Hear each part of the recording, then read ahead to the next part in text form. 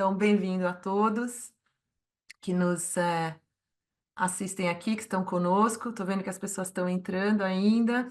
Muito bem. Então tá, pessoal, hoje a gente tem aí uma horinha para conversar de um tema que para o Brasil é fundamental. A gente não vai ter um desenvolvimento sustentável no mundo, mas especialmente no Brasil, que é uma potência com vocação ambiental, né, por estrutural, por definição, sem realmente incorporar a questão das nossas florestas, né, que sempre foram vistas como coisas externas, adjacentes, não parte da economia, dos negócios, talvez até mais como um problema do que como uma solução. Então, hoje, a gente tem aqui o privilégio de ter 3 pessoas que são experts nesse assunto, que estão atuando ativamente aí nessa agenda, e também em primeira mão, para quem está aqui presente, eu queria dar uma ótima notícia. Hoje vocês vão ter aí um teaser, uma introdução a esse tema, mas a gente está lançando um curso aqui na FIA. A gente está terminando aí os trâmites internos, mas as matrículas já vão abrir na próxima semana, que é justamente um curso sobre esse tema. Eu vou até colocar aqui. É um curso sobre concessões de restauração florestal, que tem mais ou menos uma carga horária de 30 horas e vai começar provavelmente fevereiro, março de 2025. Então, tudo que vocês vão ver aqui, hoje nós temos 3 professores desse curso conversando com vocês, mas não vai ficar nisso. A gente tem gente do ICMBio também com a gente tem do Serviço Florestal Brasileiro. Esses são os nomes dos professores. Então, vai ser um curso muito bacana. O Renato, o Olavo e o Raul vão comentar um pouquinho por que esse curso é tão importante, né? E quais são os temas que a gente vai tratar nesse curso. Mas a ideia hoje é introduzir um pouco esse tema. O momento não poderia ser mais oportuno, eles vão explicar por quê, mas também porque esse é um mês de COP, né? A gente está começando aí o mês mais quente nesse tema das questões climáticas, da biodiversidade. Então, é um mês de muita coisa acontecendo. No final das COP sempre tem novidades de regulamentação, coisas que os diversos países vão ter que implementar, mas também porque no ano que vem o Brasil é a sede da COP, né? COP 30. Então, a gente vai ter ainda muito mais pressão sobre nós aí para avançar com essa agenda. Então, sem mais delongas, eu queria apresentar vamos começar pelo Raul, que é o Raul Protásio, que é o secretário do Meio Ambiente no Pará. A gente tem também o Olavo Makiyama, que é da Nature Conservancy. Olavo, depois, assim, eu sempre penso se a gente traduz o nome do título ou não, mas eu vou deixar aí para vocês explicarem um pouco o que vocês fazem.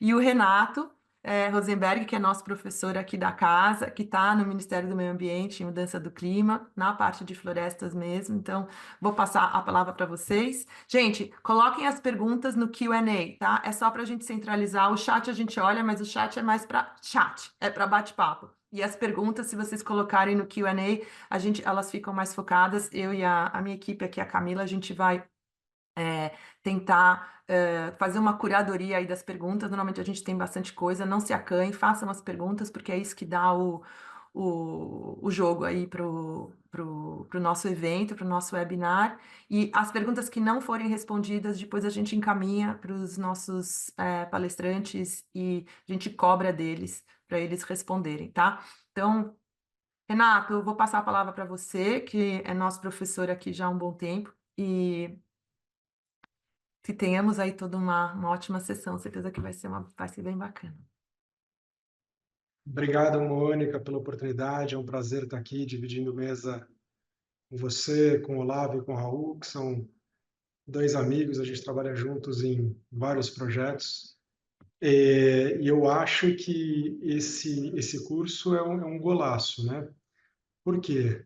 Esse setor de concessão de restauração é um setor novo, né? O secretário Raul vai falar um pouco melhor sobre isso depois, mas existem projetos que estão sendo estruturados agora, um primeiro no governo federal e um primeiro estadual no Pará, com a ajuda da TNC e um monte de atores, e todo mundo está colocando muita fé, muita expectativa que com esses 2 projetos saindo, existe um mundo a ser restaurado no Brasil, dentro de unidade de conservação e fora das unidades de conservação.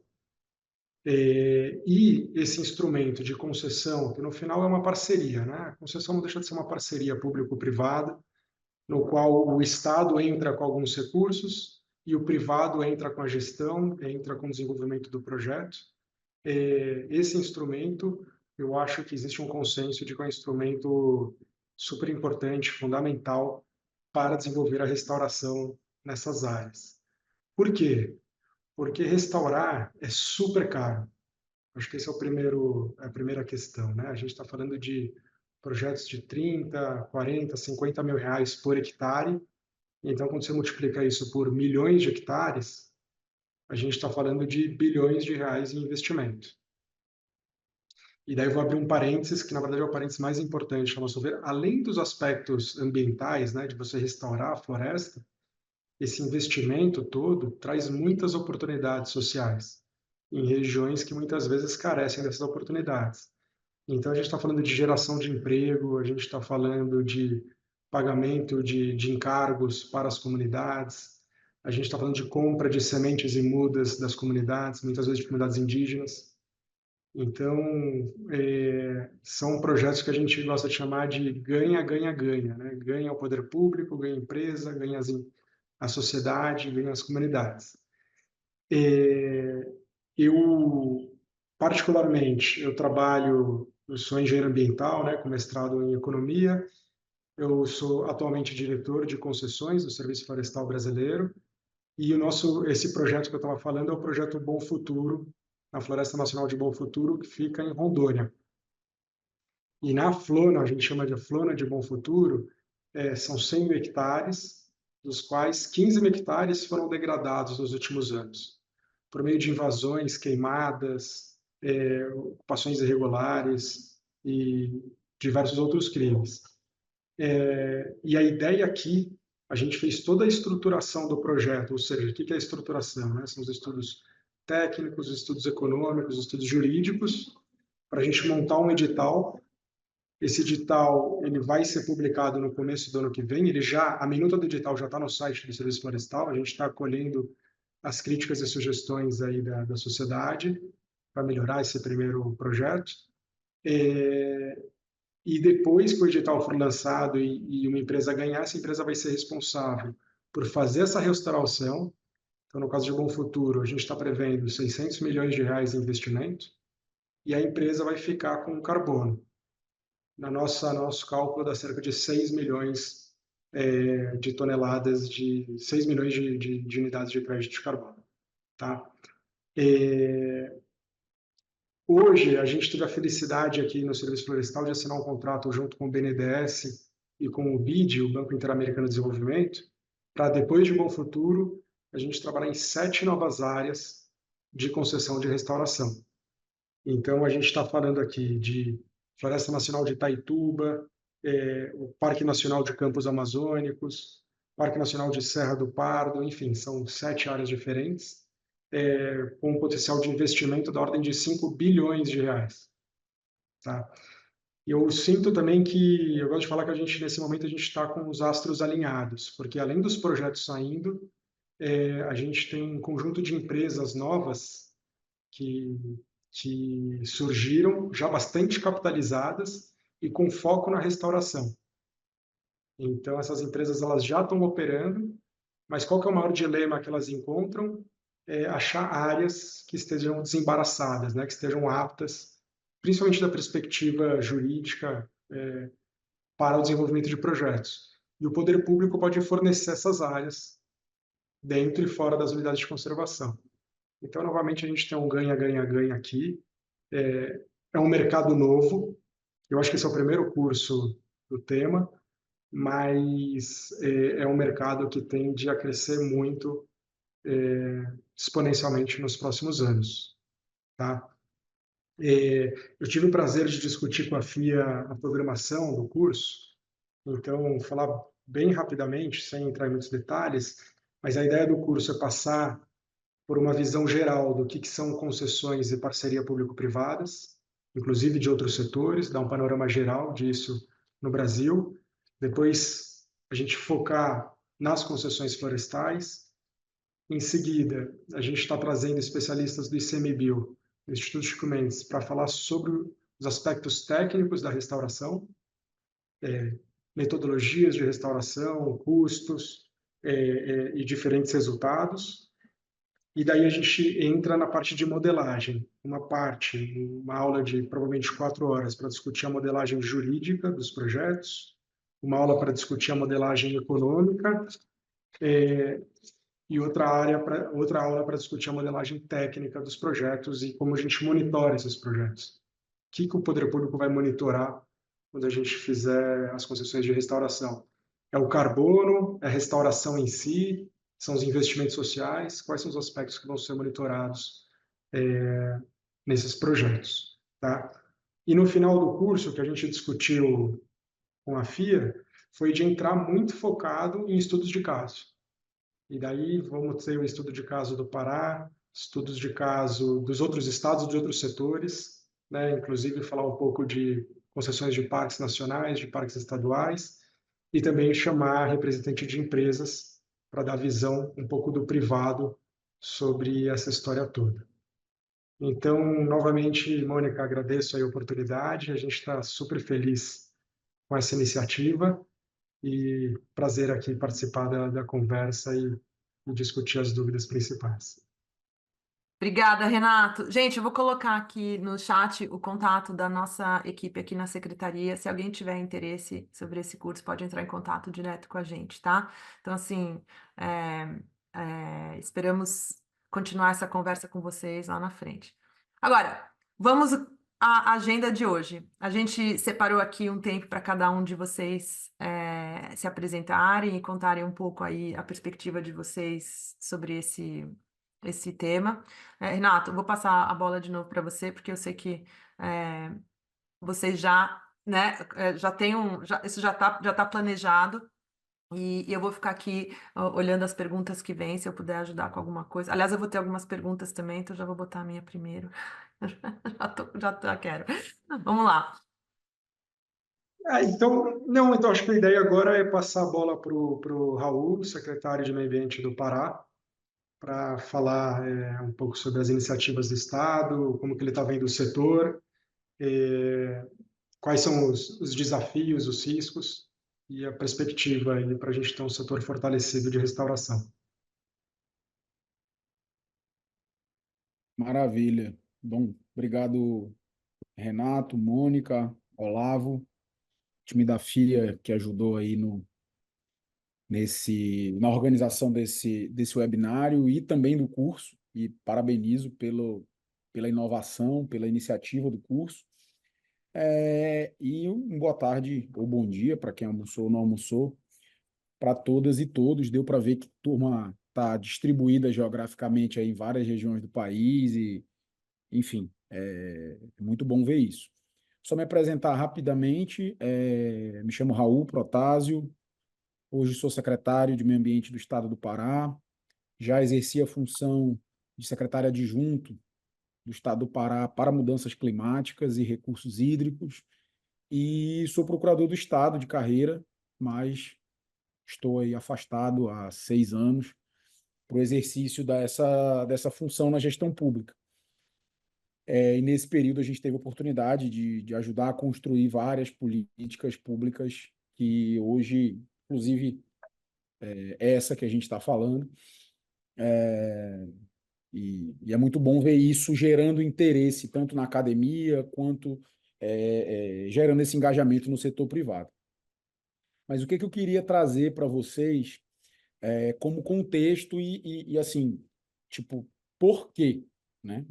Como e por que essas coisas estão acontecendo, para vocês entenderem um contexto mais amplo. Primeiro, a gente não precisa falar, eu acho que se vocês estão aqui, vocês já têm ciência de que a gente está passando por um processo muito grave de mudanças climáticas, né? e não só de mudanças climáticas, como de perda da biodiversidade no mundo. E esse processo, né, ele demanda várias mudanças na economia. A economia, o sistema econômico que nos trouxe até aqui, o sistema produtivo que nos trouxe até aqui, não vai nos levar aos próximos 50 anos. Então, a gente precisa encontrar novas formas de produzir basicamente qualquer coisa. De alimento a combustível, a gente precisa encontrar novos caminhos e a gente está relativamente bem avançado nisso. Como que é a estrutura, e aí, assim, a mudança climática deriva de emissões de gases de efeito estufa. Ok. Como que é a divisão da estrutura dessas emissões no mundo todo? Essas emissões decorrem majoritariamente de combustíveis fósseis, que foram a base do nosso desenvolvimento econômico desde a Revolução Industrial, seja para transporte, seja para energia, seja para uma série de coisas. E esses combustíveis fósseis os países que a gente convencionou chamar de norte global, né, ali concentrado Estados Unidos, União Europeia, sobretudo, desenvolveram suas economias baseadas numa economia carbono intensiva, numa economia de petróleo.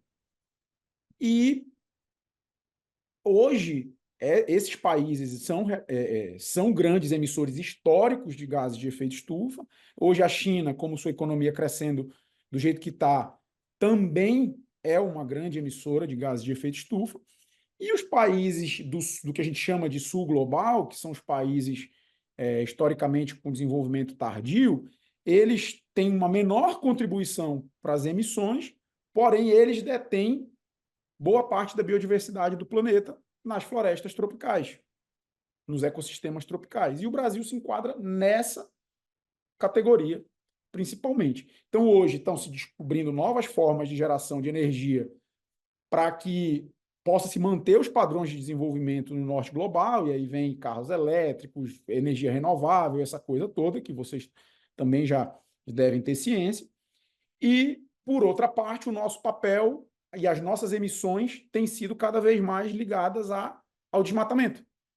E é um problema duplo, porque ele emite gases de efeito estufa e ele acelera a perda da biodiversidade, que é um outro ativo super importante.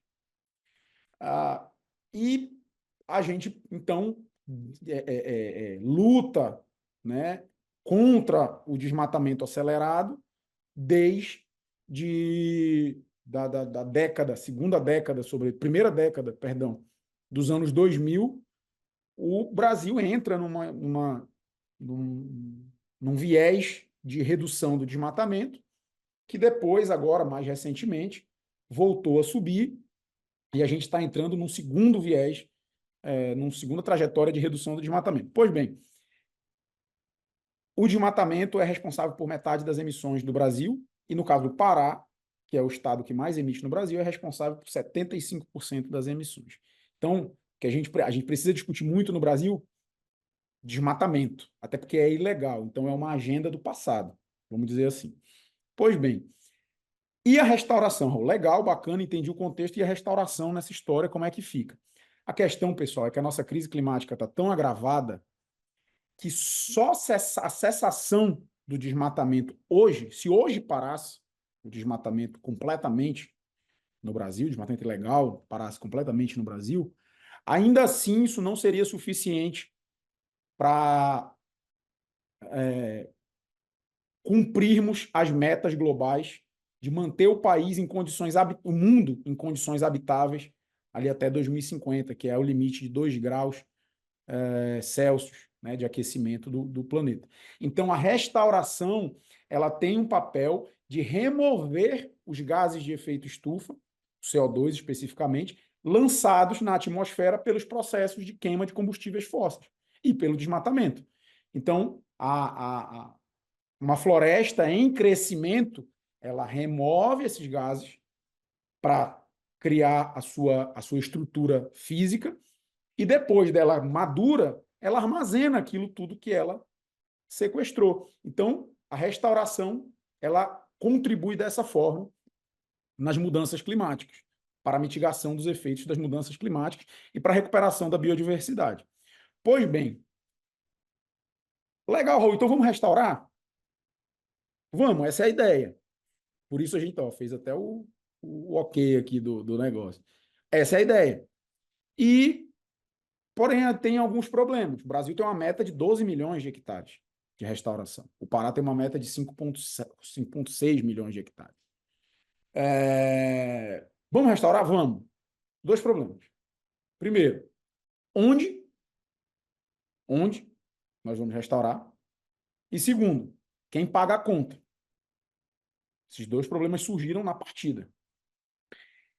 Porque a restauração, ela é uma cadeia produtiva, ela é uma cadeia econômica relativamente longa. Eu preciso ter semente, isso vai virar uma muda, essa muda vai ser plantada. E aí a gente pensando no indivíduo parece até simples. Mas grandes áreas vão precisar ser mecanizadas, dependendo do seu nível de degradação, vão precisar ser fertilizadas. A gente vai precisar de uma mão de obra intensiva para esse processo. Depois eu preciso monitorar essa restauração ao longo de vários anos. Então, observem que é uma cadeia relativamente complexa.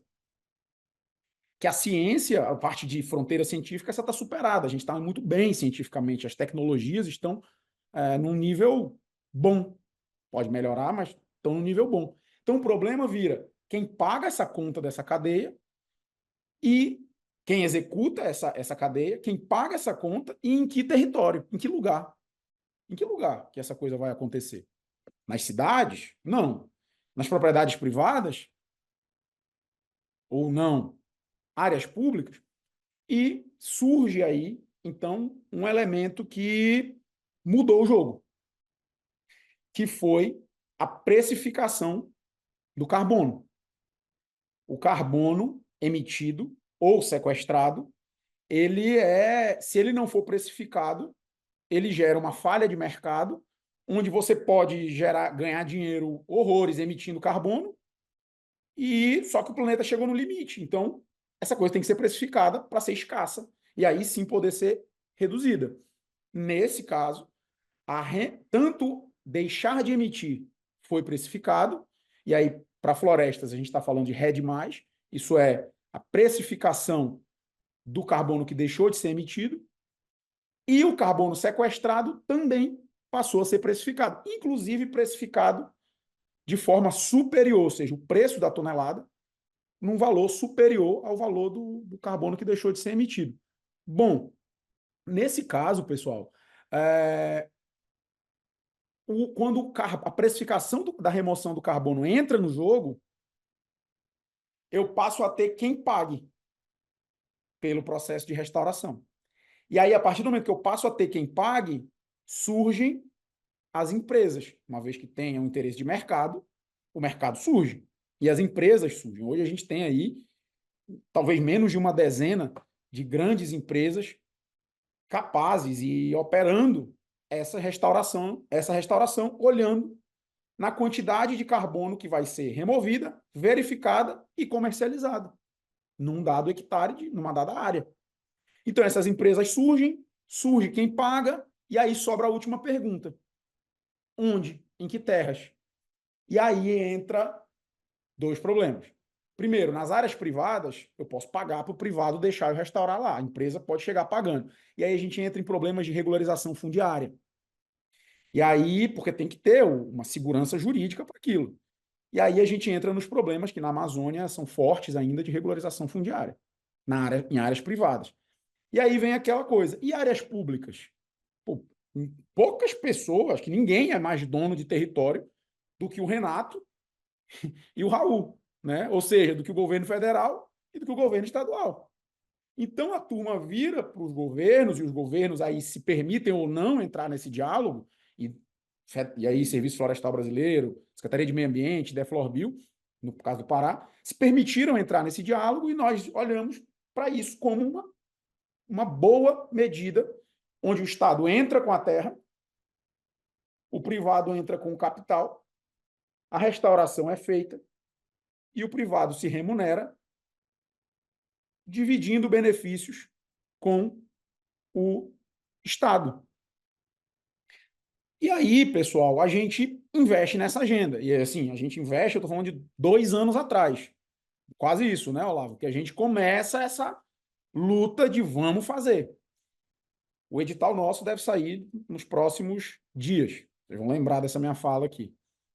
E ele não foi criado esse ano. Ele vem sendo criado, a estrutura jurídica por trás disso tudo, que são investimentos milionários. A gente está falando, no caso do Pará, a gente está falando de 250 milhões de reais. Ninguém coloca 250 milhões de reais onde não tem segurança. Então, a gente vem há 2 anos construindo esse ambiente para que exista essa concessão. E por que para que exista essa uma concessão? E o Renato foi muito bem, disse todo mundo está de olho na Bom Futuro e na ATX. Porque é um mercado, o Renato disse que é um mercado inicial. É um mercado inicial. Em terras públicas, ele é inexistente. E a gente vai trazer para um outro patamar, uma outra escala, esse segmento.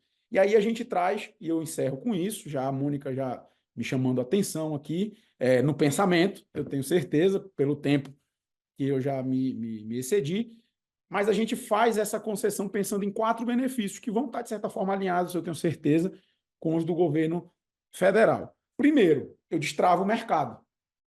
Eu tiro do tranco, eu empurro no tranco, aquele carro está enguiçado. Então, a gente coloca uma boa porção de terras e permite com que o setor privado, e aí junto com o BNDES ajudando a financiar, com várias outras iniciativas, a gente bota esse mercado para aquecer, para acontecer. Então, o Estado vai apoiar, essa concessão vai permitir isso. Primeira coisa. Segunda coisa, e para mim, pessoalmente, no CPF, talvez a mais importante. Eu desincentivo o desmatamento. Porque no nosso caso, do Pará, a área que nós vamos submeter foi uma tentativa de grilagem. Foi um produtor não, um criminoso, e eu digo criminoso porque foi preso mais de uma vez e etc e tal. Então, bom, essa pessoa tentou desmatar, tentou não, conseguiu desmatar mais de 10 mil hectares de floresta nativa, que não era dele, que era uma terra pública, porque esse é o fluxo do desmatamento em larga escala. Você desmata em terra pública, tenta ocupar ali com joga capim por cima, passa fogo, joga capim, tenta consolidar aquilo e vende mais na frente. Você aumenta o seu patrimônio. Essa é a dinâmica do desmatamento em larga escala na Amazônia. E a pessoa fez isso, e nós resolvemos dar uma resposta que ainda não tínhamos dado. Porque normalmente a resposta do Estado é ir lá, prende o maquinário, explode o maquinário, faz uma persecução administrativa, eventualmente criminal da pessoa, mas não consegue muito sair disso. A gente disse, não, nesse caso, nós vamos retomar a área. Isso não é área pública, então ela vai voltar a ser do Estado. A posse da área vai voltar a ser do Estado. E ele vai perder o investimento que ele fez naquele desmatamento. Então, nós entramos com ação judicial, entramos com a polícia, retomamos a área está agora sob nossa guarda e posse física mesmo, e a gente diz, bom, o que é que eu faço com isso aqui? Eu estou desincentivando o desmatamento. Aí entra a história da restauração para juntar os dois interesses. Então, a segunda coisa é o desincentivo ao desmatamento. Porque o cara agora, ele perdeu o dinheiro que ele gastou desmatando. Antes ele não perdia, antes tinha embargo, satélite e tal, mas na prática ficava aquele gato e rato de embarga, desembarga e bota gado, apreende gado. Agora não, ele perdeu o investimento. A terceira finalidade, trazer uma nova economia. Trazer uma nova dinâmica econômica para um território que não conhece. O território conhece garimpo, legal e ilegal, pecuária, legal e ilegal, e o setor madeireiro, legal e ilegal. A gente vai trazer uma nova economia, uma economia diferente e uma economia da legalidade, que vai gerar emprego, que vai movimentar uma cadeia naquela região que desconhece qualquer outro tipo de cadeia que não seja pecuária, garimpo e madeira, até o presente momento, dito de forma geral. Tem essas honrosas exceções. E o quarto objetivo é, a partir disso, atrair serviços públicos para o território. Porque um território, no caso aí é diferente do Renato, porque no nosso caso é uma APA, que é uma unidade de conservação que admite a presença do Estado, de propriedades privadas. E aí eu preciso, então, eu tenho vários moradores ali na região. E esses moradores nunca acessaram serviços públicos mesmo, de saúde, educação, infraestrutura, energia elétrica, internet, uma série de coisas. Putz, vai chegar agora 2.000 empregos, vai chegar uma movimentação de economia. Isso obriga o Estado a, ou diretamente ou indiretamente, trazer serviços públicos para aquela região. Então, é para essas 4 coisas, principalmente, que a gente está fomentando esse processo. Os detalhes da concessão, aí o Olavo pode trazer com mais detalhes, tem uma modelagem econômica, jurídica por trás disso, muito bacana, eu participei da construção, mas eu quis usar esse tempo especialmente para responder o porquê, de onde a gente sai da mudança climática até o setor privado como parceiro e as novas economias que daí podem derivar, tá bom? Mônica, mil desculpas, mas tentei ser o mais sucinto possível. Muito obrigado. Não, nada que pedir desculpa. Até ao contrário, se a gente pudesse aqui. Eu tô escutando tudo isso e muitos desses pontos aí, eles são pontos chaves que a gente discute nos nossos cursos, né? Muitos de vocês aqui eu vi são nossos alunos no nosso Master de SG e Gestão da Sustentabilidade, onde o Renato é professor. O Raul e o Olavo ainda não, mas vão ser um dia também.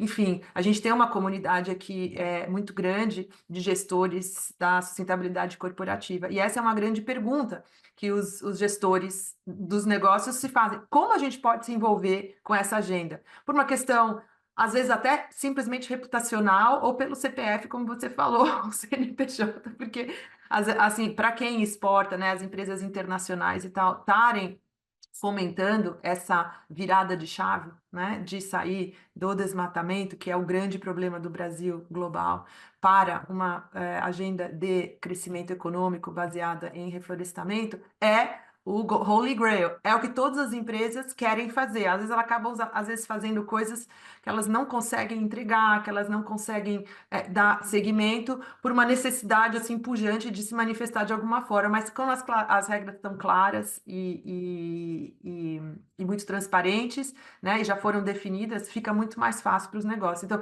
não só tudo isso que você falou, Raul, mas vão ter muitos outros desdobramentos, eu já vejo, para negócios que não necessariamente estão diretamente envolvidos aí com o mercado de carbono, mas que querem se aproximar dessa agenda, né? Que às vezes estão muito longe ainda disso.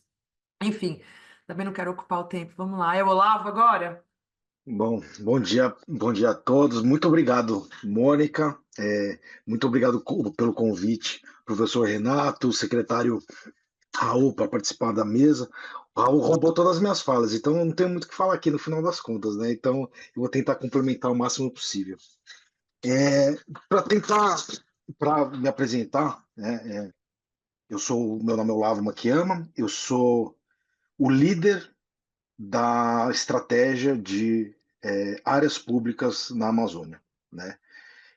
Então, tudo que tem relação, né, a unidades de conservação, a outros tipos de áreas públicas, como as florestas públicas não destinadas, que eu pretendo falar mais para frente, está sobre minha responsabilidade de alguma forma, né? É uma baita Olavo, dor.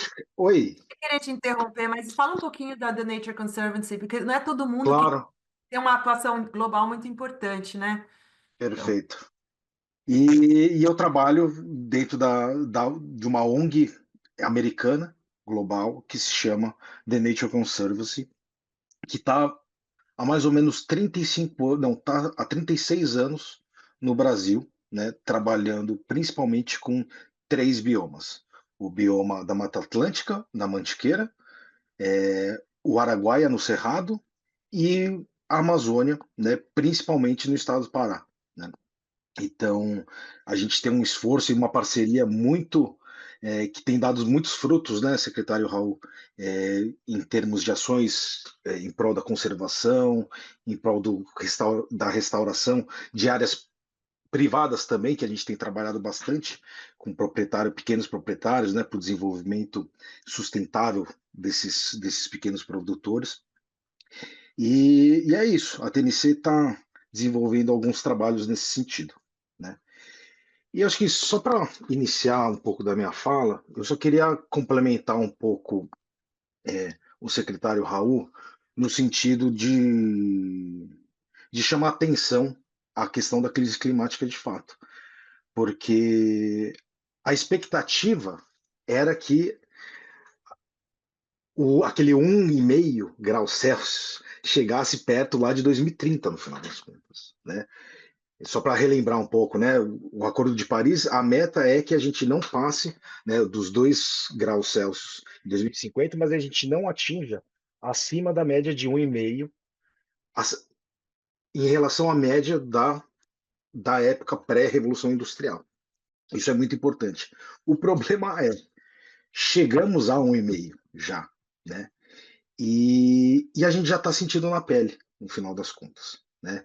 A gente já tem sentido, né, frequências de ondas de calor extremos grandes, aqui no Brasil é notável, né? E extremos de variações de regimes hidrológicos e pluviais, né? A gente viu isso no Rio Grande do Sul, né, esse ano, e a gente está sentindo agora, com a grande seca do regime hidrológico na Amazônia, né? O Rio Madeira secando, comunidades, né, sem água potável, né, com pouco acesso logístico, né? Então já está sendo um problema gigantesco e que precisa ser mitigado de forma urgentíssima nesse sentido, tá? E é isso, né?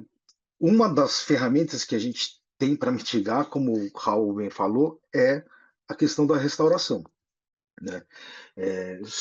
Em termos de política pública, né, de leis, a gente tem o nosso Código Florestal, que lá diz que tem um passivo de 21 milhões de hectares, né, em relação à conservação e recuperação de áreas degradadas em todos os biomas brasileiros, nos 6 biomas brasileiros, né? E a gente tem o Planaveg, eu acho que esse foi o período mais acertado, Mônica, da gente fazer um webinário agora, porque a gente está, hoje é o último dia, né, da COP16, e aí vai começar daqui a pouco a COP 29, que é a COP do clima. E a restauração em si, ela é a convergência das duas coisas, né, da biodiversidade e do clima, da mitigação das mudanças climáticas, no final das contas, né? Então, a gente tem o Planaveg, que foi relançado agora, né, nessa COP da biodiversidade, que tem um compromisso internacional, né, do Brasil de restaurar 12 milhões de hectares até 2030. Né?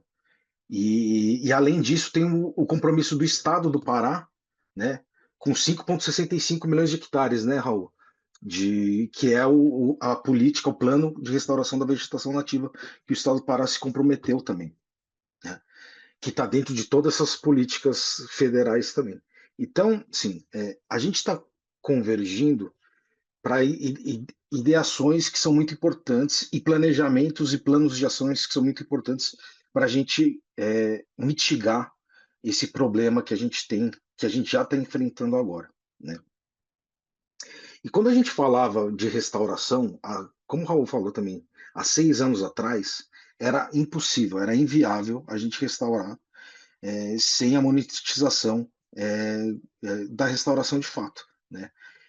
E o mercado de carbono, de alguma forma, trouxe essa expectativa positiva, né? O que foi muito importante. Então, além disso, a gente tem as áreas públicas. As áreas públicas, a gente tem mais ou menos 63 milhões de hectares de florestas públicas não destinadas, que tem sido... O que são as florestas públicas não destinadas? São as áreas que mais têm sofrido pressão antrópica por parte da ilegalidade, com grilagem, com, com degradação da área via invasões, né, roubo de madeira. E o que são essas áreas? São áreas que são do Estado, são do governo federal, mas ele não tem nenhum tipo de gestão propriamente dita por parte do Estado, né? O que faz com que essas áreas se tornem mais frágeis por conta disso, né? E uma das grandes soluções, né, que o Serviço Florestal Brasileiro, o Estado trouxeram, foi além das outras áreas de proteção que estão degradadas, né, trazer o mecanismo de concessão, né? A gente já tem as concessões florestais que o Serviço Florestal Brasileiro já tem, e assim como o IDEFLOR Bio do Estado do Pará tem, né, que tem ajudado muito a mitigação também dessas ilegalidades, né? Acho que o Renato pode falar muito bem. Tem uma concessão ao lado de Bom Futuro, que eu esqueci o nome da Flona, Renato, mas não é Cachoeira, não.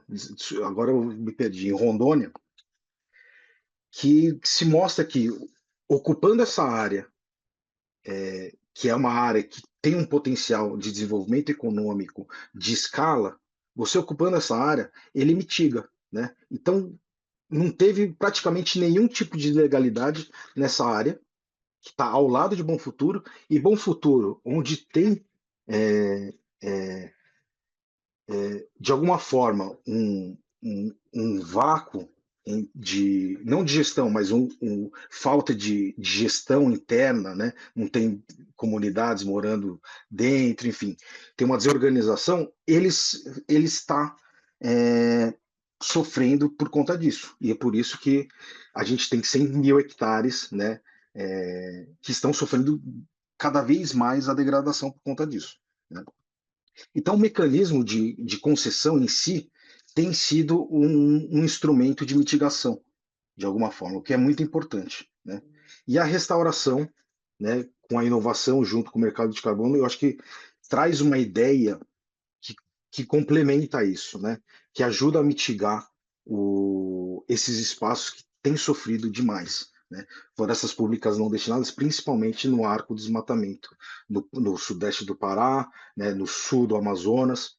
Então, eu acho que é a ferramenta que a gente consegue dar escala, criar um hub, né, de desenvolvimento da cadeia de valor da restauração, o que é importante, principalmente por conta das propriedades privadas que estão no entorno e os interesses que tem agora em cima dos pagamentos por serviços ambientais, né?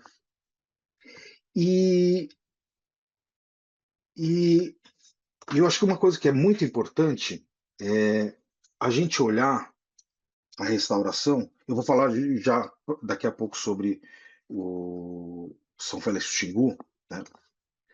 Esse desenvolvimento socioeconômico que um projeto como esse pode trazer, né? Como o Raul bem mencionou, né? A expectativa de geração de emprego, né? De fomento da cadeia como um todo, né? De mitigação da ilegalidade, né? Mas trazendo um pouco a lógica de mercado sustentável, né? Para, entre aspas, converter essas pessoas para saírem da ilegalidade e vir para uma economia sustentável é muito importante. Eu acho que é a mais importante de todas, né? Porque uma das coisas que a gente tem que fazer é não só acabar com a ilegalidade, mas é engajar as pessoas que estão no território para entender o quão necessário é isso, o quão importante é isso e que eles podem se beneficiar disso, né? Isso é muito importante. Então, São Félix do Xingu, né, que é a APA São Félix do Xingu, é uma área de proteção que o Estado encontrou essa ilegalidade de 10 mil hectares, que foi uma área que era uma área pública que foi invadida e desmatada nos últimos 5 anos, né? 10 mil hectares para serem desmatados em 5 anos é muita coisa, né? Então é uma ação profissional de legalidade mesmo, né? Então o Estado fez todas as ações que o secretário Raul bem mencionou, e a TNC, em parceria com o Estado, a gente contratou um time de consultores, né? Consultores técnicos, consultores econômico-financeiro para modelagem econômico-financeira, escritório legal e escritório de engajamento social, para fazer toda essa modelagem em cima dessa área de 10 mil hectares em São Félix do Xingu, na APA Trio Xingu, né? Então, eu vou pegar os números aqui, agora eu vou colar, gente. É uma área que prevê, obviamente, né, a restauração do total dessa área, de 10 mil hectares, né, com um investimento total de 250 milhões, né, que está desde instalação até a própria operação da concessão, né? E com uma receita estimada, né, de carbono de 870 milhões de reais nos próximos 40 anos de concessão, que esse vai ser o período de concessão, né? Então ele está dentro do... E o mais interessante disso, que assim, a gente tem vários indicadores de desenvolvimento econômicos, né? A gente tem um mecanismo, né, que eu acho que o governo federal também vai se utilizar, que são os encargos acessórios para o desenvolvimento social e territorial, o que é muito importante. Só para esclarecer o que é os encargos acessórios, é uma obrigação do interessado, do privado, concessionário, em tirar parte da receita bruta operacional para o desenvolvimento territorial. Então, investimento em infraestrutura, investimento em capacitação das comunidades do entorno, o melhoramento territorial e comunitário é o foco desse recurso. Isso, na verdade, não é, você não está onerando o setor privado por conta disso. Isso é quase que uma desistência, né, do Estado em ter outorga para ele e você trazer esse valor para o território, né? Que é muito difícil, né? Se pagando a outorga, esse dinheiro vai basicamente para o Caixa Único da União, do Estado, e é dissipado, e você não tem rastreabilidade disso, né? Então, isso foi um dos mecanismos que eu acho que é muito inovador, apesar de ter começado já há algum tempo atrás, principalmente nos parques, nas concessões de parques, que a gente tem visto bastante isso, e a gente trazer isso para as concessões, tanto florestais quanto de restauro, eu acho que é um golaço nesse sentido, né? Garantir que o recurso esteja no território, isso é muito importante, tá? E é isso, eu acho que essa concessão, eu acho que tem um potencial enorme, né? O estado do Pará, ele tem um potencial de mais ou menos 290 mil hectares, e olhando para florestas públicas não destinadas e unidades de conservação, né? E, e é isso, eu acho que tem um potencial de escala e sucesso muito grande, mas aí agora já concluindo minha fala, a gente precisa, de fato, do engajamento, né? Como a Mônica colocou, né? Vocês estão, os alunos da FIA, né? Que estão fazendo os cursos de finanças, de ESG, enfim, precisam ser engajados e entender esse mercado, entender a operação para mostrar a necessidade e a viabilidade disso, né? Porque a ideia é que a gente escale isso para os 7 milhões que o Serviço Florestal está pensando, assim como o potencial que o Estado do Pará também tem, né? Então, a gente engajar, né, todos os setores, né, do setor privado, o setor financeiro, né, outras ONGs, né, outras agências de Estado, né? Isso é muito importante para a gente entender o negócio como um todo, né?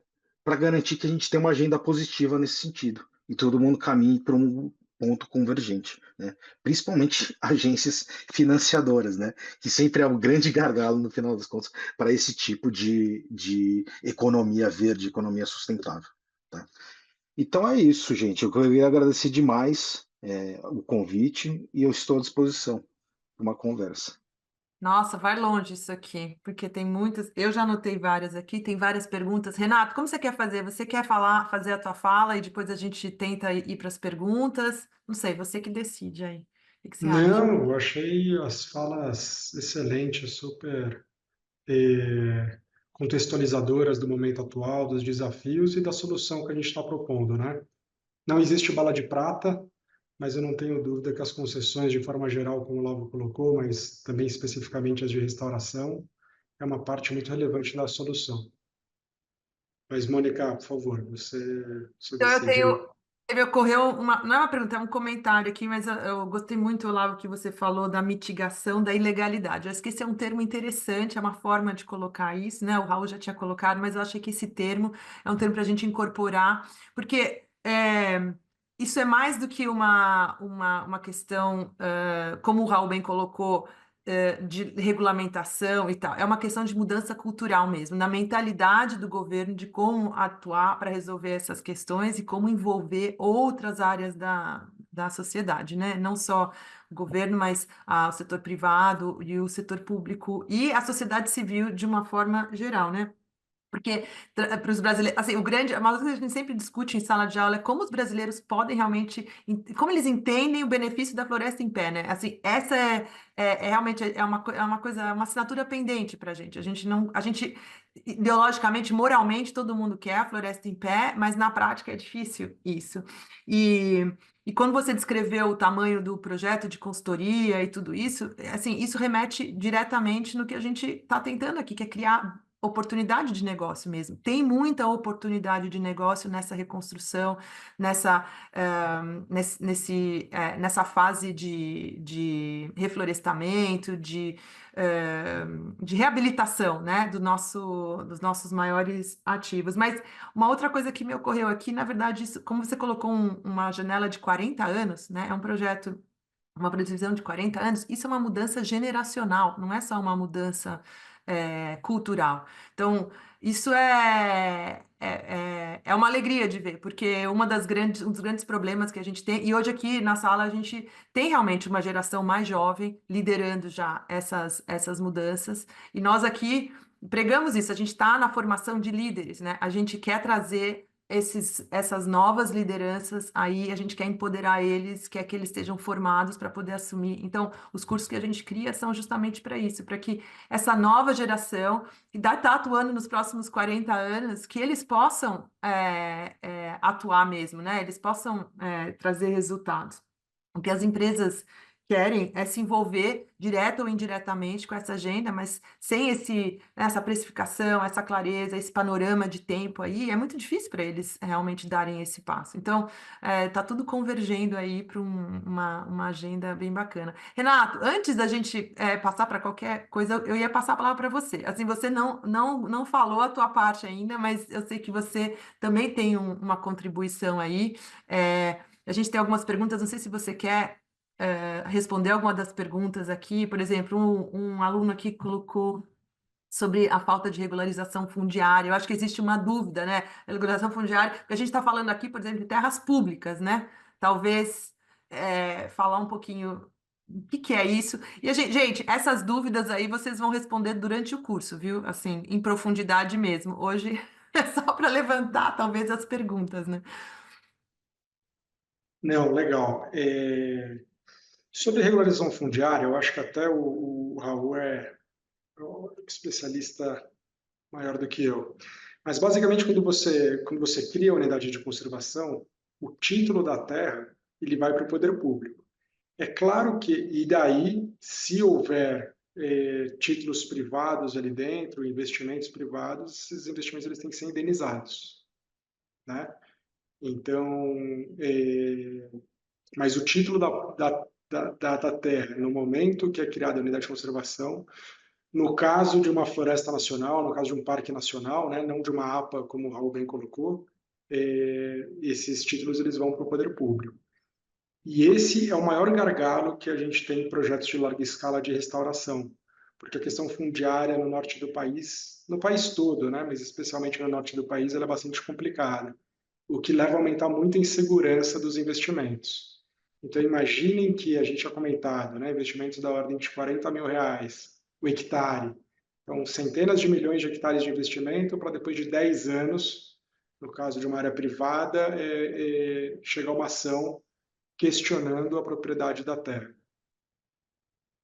Um dos grandes méritos das concessões florestais é que, como unidade de conservação o título é do Estado, esse risco ele é bastante mitigado. E, Renato, e sobre Não sei se mais alguém quer contribuir com alguma coisa sobre isso. Já tô...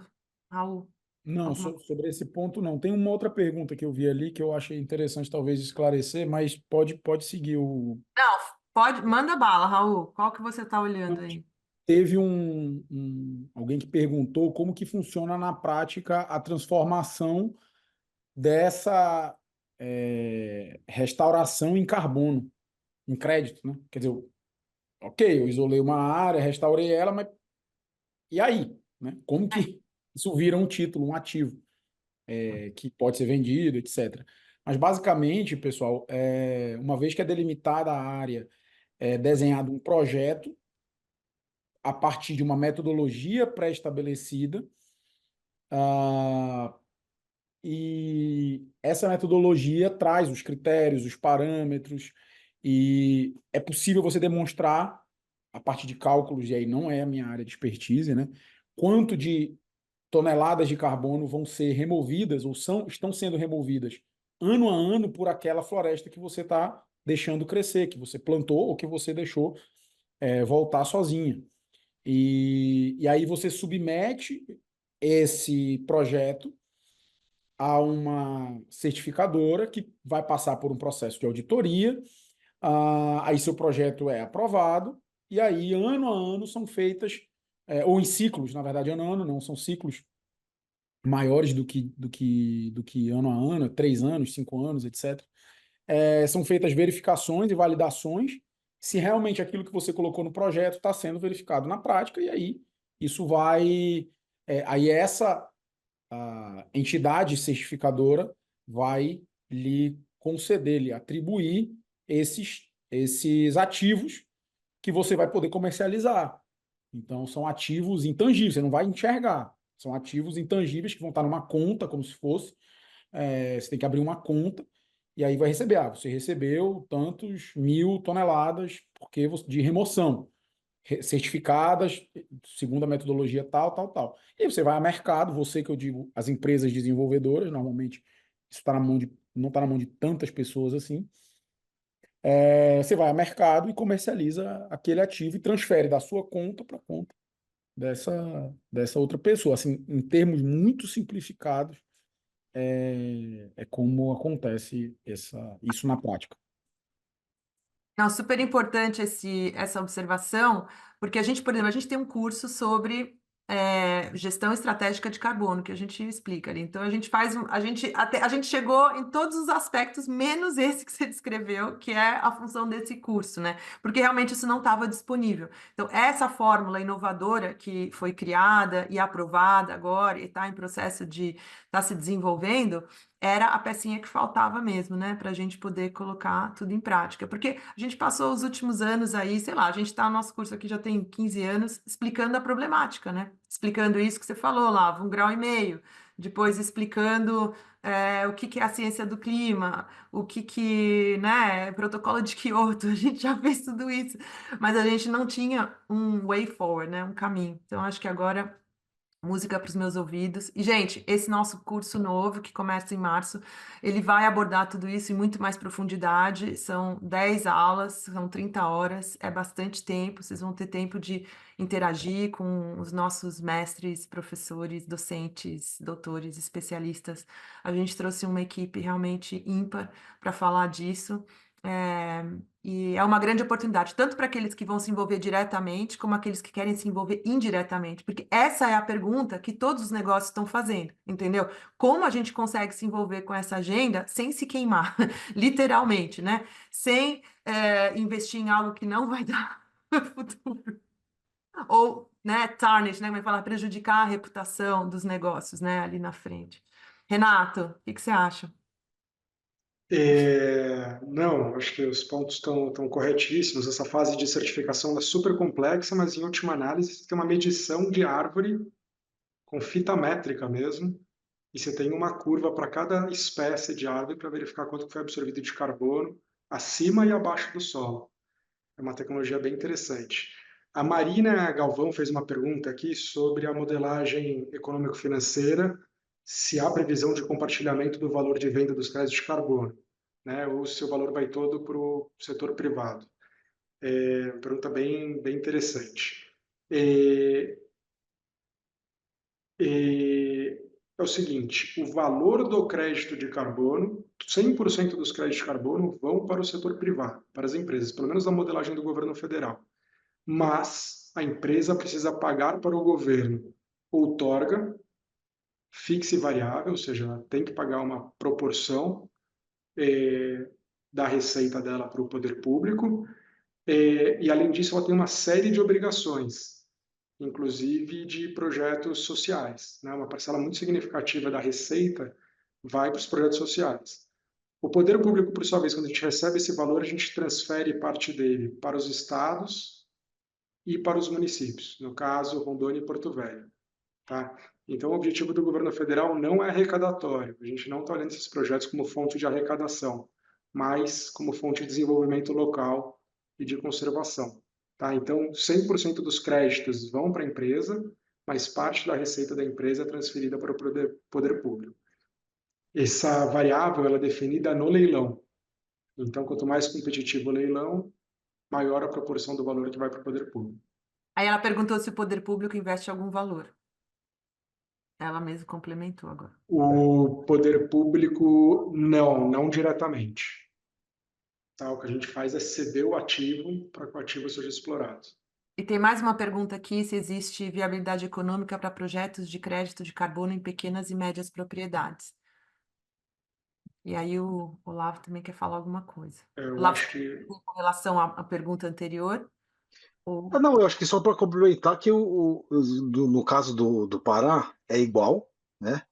Mas eu acho que aí é uma questão de novo, né? Esses dois são os dois primeiros projetos, no final das contas, né? Então, assim, existe uma oportunidade de inovação ainda muito grande, né?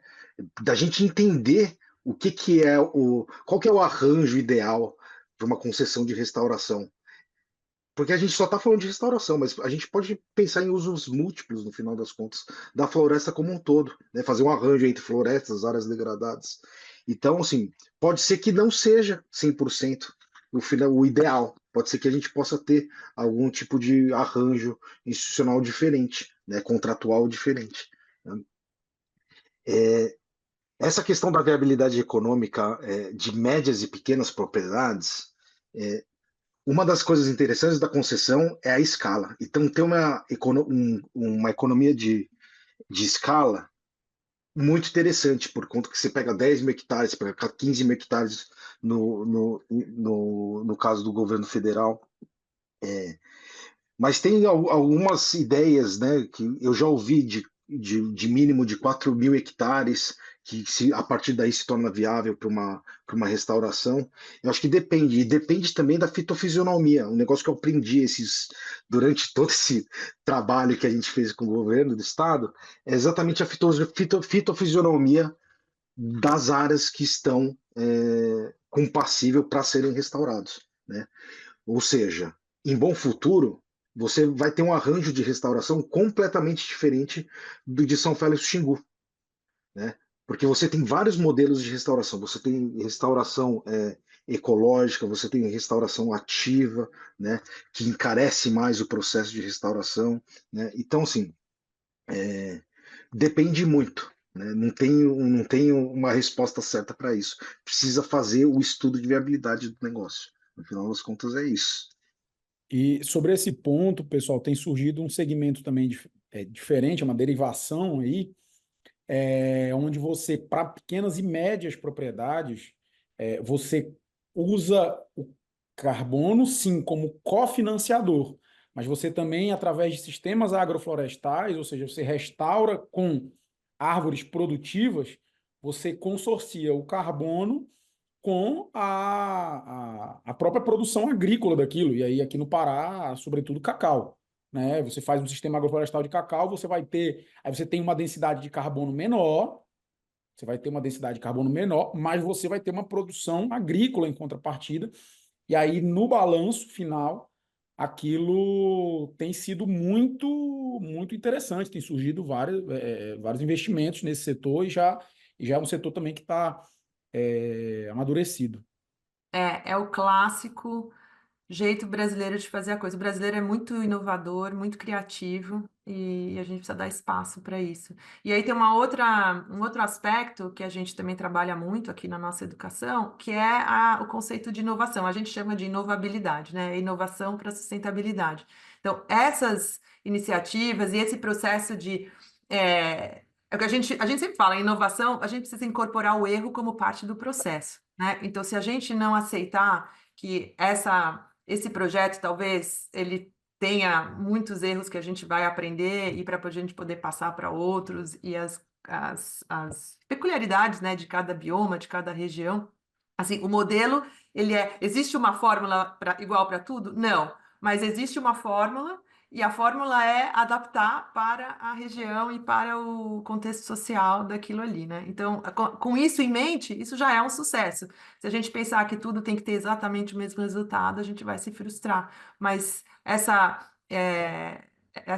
esse conceito de inovabilidade que permeia tudo que a gente faz aqui, o que a gente ensina isso para os alunos, né? Assim, a gente precisa aceitar os erros como, né, parte do processo. Não quer dizer que a gente fracassou, né? O erro faz parte desse aprendizado.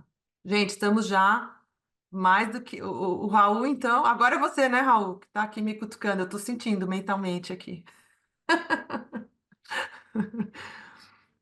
Gente, vamos passar. Se eu quero passar a palavra para vocês, vai 1 minuto para cada um para finalizar. Alguma mensagem? O que que vocês têm para dizer para os nossos futuros alunos? Quem vai participar desse curso com a gente?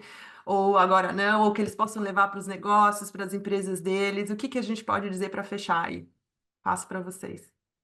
Olha, vou começar aqui.